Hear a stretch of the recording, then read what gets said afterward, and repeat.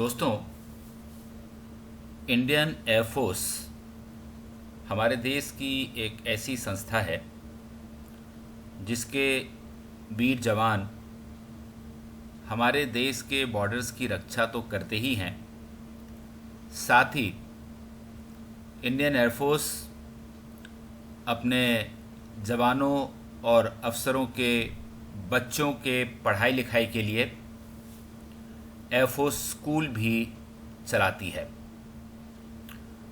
और air force school में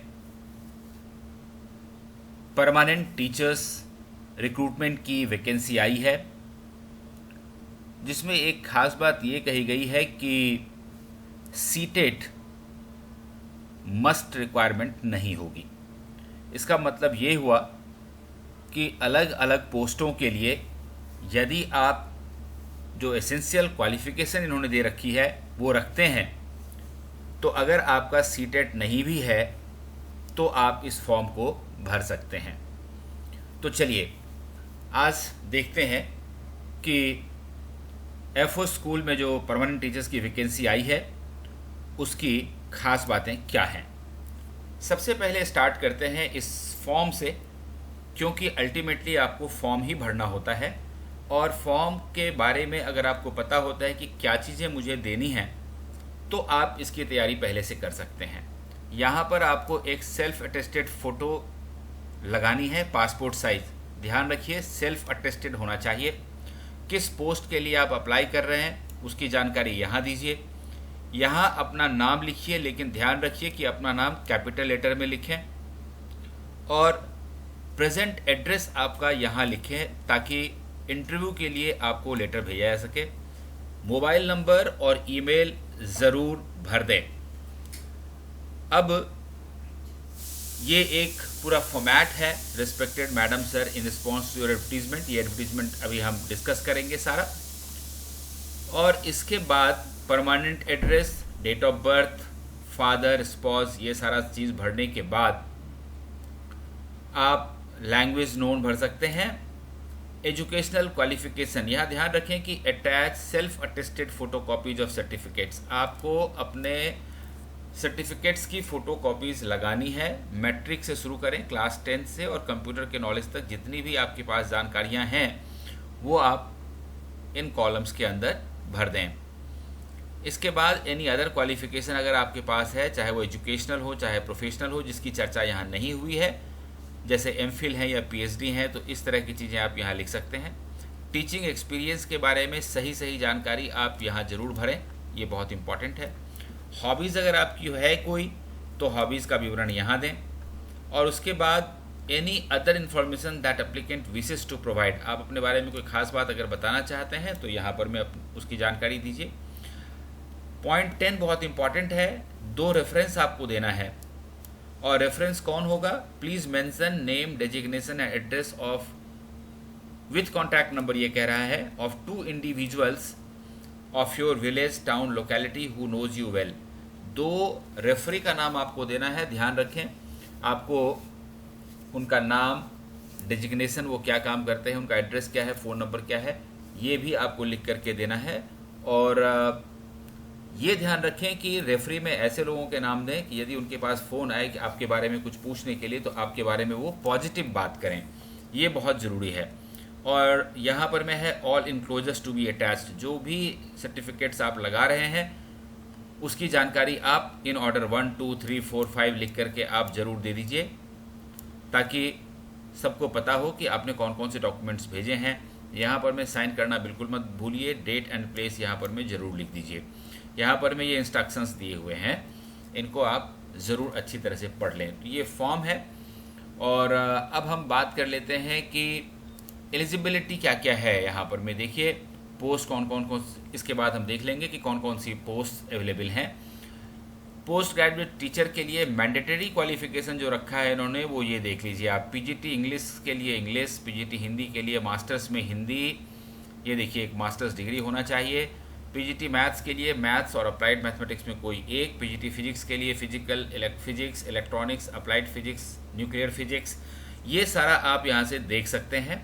ये पीडीएफ हम अपने टेलीग्राम ग्रुप में भी डाल देंगे, और हमारे टेलीग्राम ग्रुप का लिंक आपको डिस्क्रिप्शन बॉक्स में सबसे ऊपर मिल जाएगा, तो टेलीग्राम ग्रुप ज्वाइन कर लीजिए, वहाँ पर ये पीडीएफ आपको मिल जाएगा। आप इसको आराम से देख सकते हैं कि अलग अलग पोस्टों के लिए कौन कौन सी क्वालिफ़िकेशन रखी गई हैं। पीजीटी हिस्ट्री के लिए जैसे हिस्ट्री में मास्टर्स होना ज़रूरी है, कॉमर्स के लिए इतने सारे सब्जेक्ट दिए हैं, उनमें कहीं एक हो सकते हैं। पीजीटी इकोनॉमिक्स के लिए economics, applied economics, business economics में से कोई एक सब्जेक्ट आपका होना चाहिए।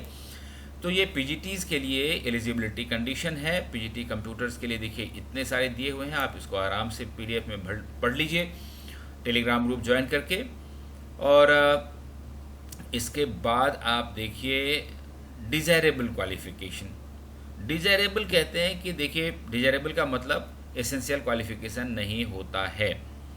नॉलेज ऑफ कंप्यूटर है तो अच्छा है, ability to read write and communicate in Hindi है तो अच्छा है, सीटेट या एस्टेट आपने क्वालिफाई किया हुआ है तो अच्छी बात है, क्योंकि इससे आपको एडिशनल वेटेज मिल जाएगा। नहीं है तो ये आपको मना नहीं कर रहे हैं, सीटेट नहीं है, एस्टेट नहीं है, तब भी आप भर सकते हैं फॉर्म। ट्रेंड ग्रेजुएट टीचर की अगर हम बात करें, टीजीटी की अगर हम बात करें, तो ये देखिए मास्टर्स डिग्री या फिर बैचलर्स डिग्री होना चाहिए आपके पास। और ये देखिए ये सारे अलग अलग दिए हुए हैं, TGT Sanskrit, TGT Hindi, TGT English, TGT social science. दो जगह काफ़ी आपको ध्यान रखना पड़ता है सब्जेक्ट कॉम्बिनेशन के बारे में। एक टीजीटी सोशल साइंस में, क्योंकि हिस्ट्री, ज्योग्राफी, इकोनॉमिक्स और पॉल साइंस 4 सब्जेक्ट होते हैं, और इनमें से ये कहते हैं कि एक आपको या तो हिस्ट्री या ज्योग्राफी जरूर होना चाहिए, बाकी पॉलिटिकल साइंस और इकोनॉमिक्स में से कोई एक हो सकता है। ऐसे ही टीजीटी मैथ्स के लिए कहते हैं कि मैथ्स तो आपका होना ही चाहिए ग्रेजुएशन लेवल पे, physics, chemistry, electronics, computer science या स्टैटिस्टिक्स में से कोई 2 आपने पढ़ा होना चाहिए।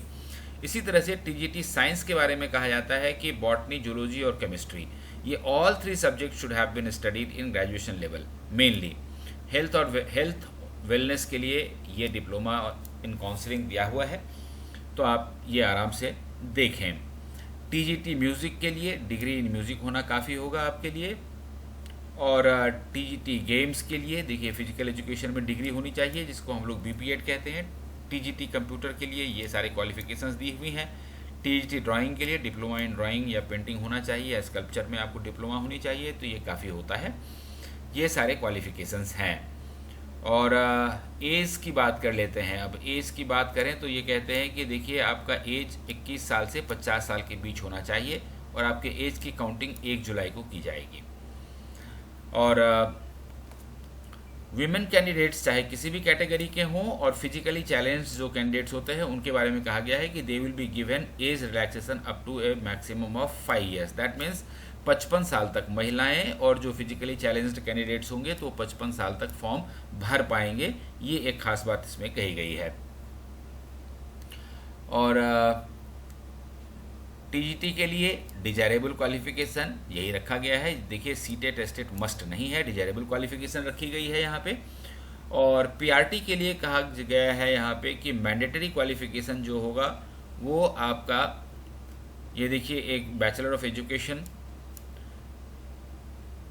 21 से 50 साल की उम्र, बैचलर्स की डिग्री, और विमेन कैंडिडेट के लिए 5 साल का अलग से छूट भी दिया हुआ है यहाँ पर मेन लोगों ने।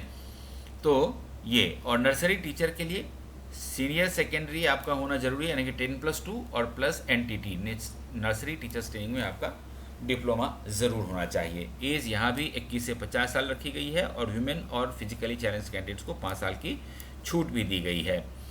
तो ये, और डिजायरेबल क्वालिफिकेशन वही है, बेसिक नॉलेज में आप बेसिक नॉलेज ऑफ कंप्यूटर होना चाहिए, हिंदी में लिखना पढ़ना और संवाद करना आना चाहिए, और एक्सपीरियंस ये वाला इम्पॉर्टेंट है, experience in art, craft, cartoon, caricature, puppet making, music, dance etcetera. अगर ये है तो आपको वेटेज मिलेगा दूसरे कैंडिडेट के ऊपर। तो ये एलिजिबिलिटी कंडीशंस थी। अब बात कर लेते हैं कि प्रिंसिपल के पोस्ट के लिए, यहाँ पर चूंकि एक प्रिंसिपल का भी पोस्ट है, तो अगर आप एलिजिबल हैं तो प्रिंसिपल के पोस्ट के लिए भी आप अप्लाई कर सकते हैं। ये कह रहे हैं कि प्रिंसिपल के पोस्ट के लिए जो एकेडमिक क्वालिफिकेशन है वो है मास्टर्स डिग्री, 50% मार्क्स आपका होना चाहिए। और इसके अलावा प्रोफेशनल क्वालिफिकेशन में ये कहते हैं कि बैचलर ऑफ एजुकेशन आपका होना ज़रूरी है। सो मास्टर्स और बैचलर तो ज़रूरी हो ही गया। इसके अलावा एक्सपीरियंस में ये कहते हैं कि teaching experience of at least 2 years as PGT और experience of at least 2 years as principal of a senior secondary school और सेकेंडरी स्कूल और at least 3 years of teaching experience as TGT. Principal का पोस्ट भी रेगुलर पोस्ट है, ये permanent post है। तो इसके लिए अगर आपके पास पीजीटी के तौर पे 2 साल का या किसी सीनियर सेकेंडरी स्कूल या सेकेंडरी स्कूल में 2 साल का प्रिंसिपल का एक्सपीरियंस है आपके पास, या टीजीटी के तौर पर 3 साल का एक्सपीरियंस है, तो ये फॉर्म भर सकते हैं आप। प्रिंसिपल के पोस्ट के लिए 35 से 50 ईयर्स की एज लिमिट रखी गई है। और ह्यूमन कैंडिडेट के लिए यहाँ भी क्या गया है कि ह्यूमन कैंडिडेट और फिजिकली चैलेंज लोगों को 5 साल का छूट यहाँ पर में दिया जाएगा। तो ये एक इम्पॉर्टेंट चीज़ थी। अब हम बात कर लेते हैं, यहाँ देखिए डिजायरेबल क्वालिफिकेशन प्रिंसिपल के लिए क्या रख रखा है इन्होंने।